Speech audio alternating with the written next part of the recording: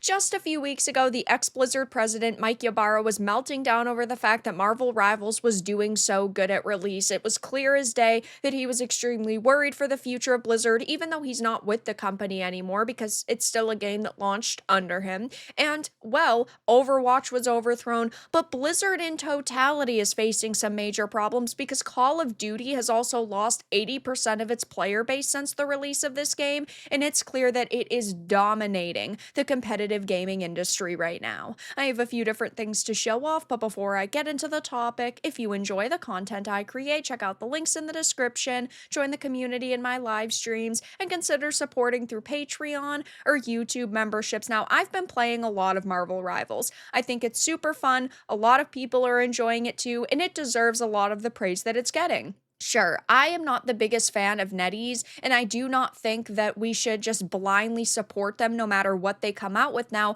But if you look at Marvel Rivals specifically, they've done a really great job. There's no predatory microtransactions. They came out with 33 heroes at release and then added multiple others only a month later, which has been going really well for them. They have already started a new season with a new battle pass with tons of skins. Like, they have put in a lot of work and effort, and maybe it just comes down to them planning really well. Either way, though, they are embarrassing the competition, and while Rivals is upstaging the competition in player count and views as gamers reject DEI titles like Overwatch, Call of Duty is also really struggling right now. So starting off with this first article, it says Marvel Rivals has dethroned Overwatch in popularity as appealing character designs and a lack of forced identity politics attract more and more players. The world of PvP gaming has seen players leaving Overwatch for Marvel Rivals in droves. For years, Overwatch has been the go-to game for many PvP players seeking to play as superheroes.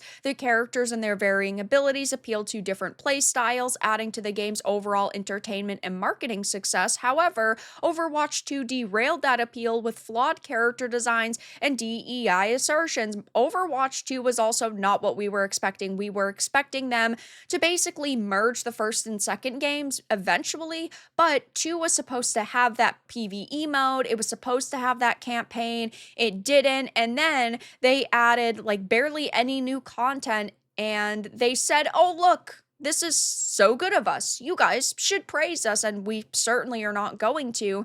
And Rivals has so many different characters, so many different skins, and it really is clear as day that once again, chasing those DEI initiatives and going with these Concord-esque character designs isn't going to sell. But if you give everybody cake and make every design appealing, you're going to sell a lot of skins, you're going to make a lot of money. I mean, Rivals in 1 month was estimated to have grossed $136 million, which is really great. But now Call of Duty has lost nearly 80% of its peak player counts following the Black Ops 6 release, as recent reviews are mostly negative. So following the release of Black Ops 6, SteamDB reported that the Call of Duty experience, which tracks Black Ops 6, Modern Warfare 2, and Warzone, has hit a peak player count of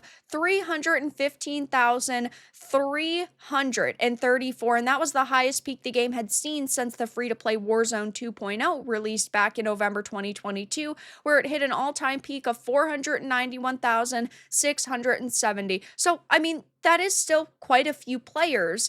Don't get me wrong, but when you compare it directly to Rivals, it's clear that they are sweeping the competition. Even right now, when I am recording on a Wednesday afternoon, there's 322,518 players in game, and 5 days ago when the new season released, it was 644,269, which is crazy, and the game hasn't even been out that long. And sure, the Marvel IP is very big, it's very extensive, and there's tons of people who maybe are just comic fans who are playing this game, people who are just gamers who are playing this game, and then people who like the movies and the TV shows that are playing this. So there is a lot of notability and a lot of recognizability with these characters, but if the game sucked, nobody would be playing it. Look at Marvel's Avengers that came out a few years ago. That was significantly closer to the all-time hype that the Avengers had, and nobody was playing it. Nobody gave it a chance because it was a game that fucking sucked. It was super grindy. You had to put a lot of time and effort into it. The designs were really terrible. The gameplay was only okay. The story was bad. Like, you would think that that would have been massively successful too, and it wasn't. It lost $100 million. And when we're seeing a time where the competition is failing, and the competition right now is specifically Blizzard, is not giving fans what they want. Yeah, gamers are looking elsewhere, and I'm sure there are plenty of people who just wanted that kind of nostalgic hero shooter experience who do not even care about Marvel, who are playing Marvel's Rivals because there's so many people playing it, because you can find a match instantly, because you can get these cool rewards, because it's polished, and because they're promising tons of content. They're not just leaving you to exist like Blizzard has done for so many years. Oh, they drop the big update and then they abandon you for a bunch of months until it's time to release the next big update. That's what Blizzard has done for years, and there are only so many opportunities that people are going to give you to prove that you are going to grow and you are going to learn from backlash you faced, and Blizzard has not. And now Call of Duty is dying, Overwatch 2 is dead and has been dead, and gamers are looking elsewhere for a really fun experience. But not only are players abandoning Call of Duty, but its players are sharing a ton of negative feedback about the game. On Steam, the game currently has a rating of mixed from all reviews, but recent reviews are mostly negative. People are saying AI is about to ruin AAA gaming permanently if Activision sets the standard here and now, replacing voice actors because they want job security from having their own voices replicated with AI so they don't have to pay them is sickening. They fired core voice actors over this and replaced them with shoddy new actors. You can see six-fingered characters on a couple of the in-game screens, which is a clear indicator of AI-generated images, and who's to say that's where they draw the line? Blizzard would not draw the line anywhere. This is the problem with Blizzard, is that they are filled to the brim with people who do not care about the health of the industry or the state of the industry. They just care about making money. So if they can save a few bucks by generating images via AI, even if it has major mistakes like six fingers, right? They don't care if they're saving a few bucks, and that's terrible. Like, sure, I think AI can be used as a tool, but it should never be used as a replacement. And this is what a lot of companies are going to learn over the next few years, that is how a lot of people feel. It's not just me, that's for sure. This game is monetized like a free mobile game. This game uses AI for artworks. It has garbage servers. It crashes nonstop. It has a serious cheating issue. Please do not give money to these guys. Using AI for artwork and voice acting while pricing the game at $60 is grim but not surprising for Activision. Yeah,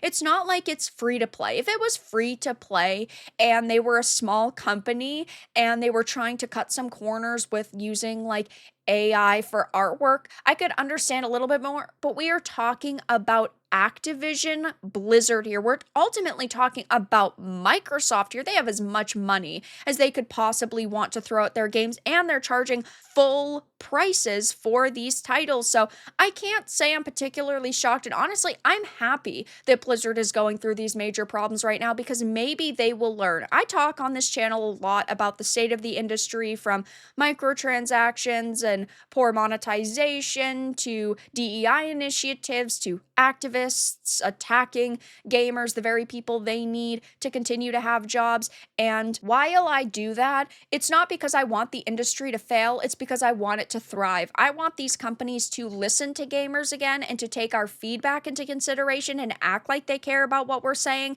And I feel like if we continue to criticize these companies and in some cases speak with our wallets, they will get the picture and they might actually change. But if we do nothing, they're not going to change, which is why I try to criticize them basically at any chance I possibly can. But right now, Marvel Rivals is dominating the competition. It is doing super well. There's hundreds of thousands of people playing it anytime you check on Steam, and I am happy to see this happening, even though it is technically a win for Disney and Marvel, and I don't like them as a company. I'm at least glad that we've gotten a high quality experience here that doesn't have any predatory microtransactions, is worth, in my opinion, putting quite a bit of time into. And I'm happy that this is damaging the other companies within the industry, like Blizzard, who for years have kind of gone unchecked, because they're certainly getting checked now. So, of course, I will be keeping my eye on this. I'm sure I'm going to be talking more about Marvel Rivals in the future, but for now, that's all that I really had to discuss in this video. Let everyone know your thoughts in the comments below. If you enjoyed this, give it a like, and if you didn't, give it a dislike. I appreciate your support either way, but I'll talk to you all again in the next video really soon.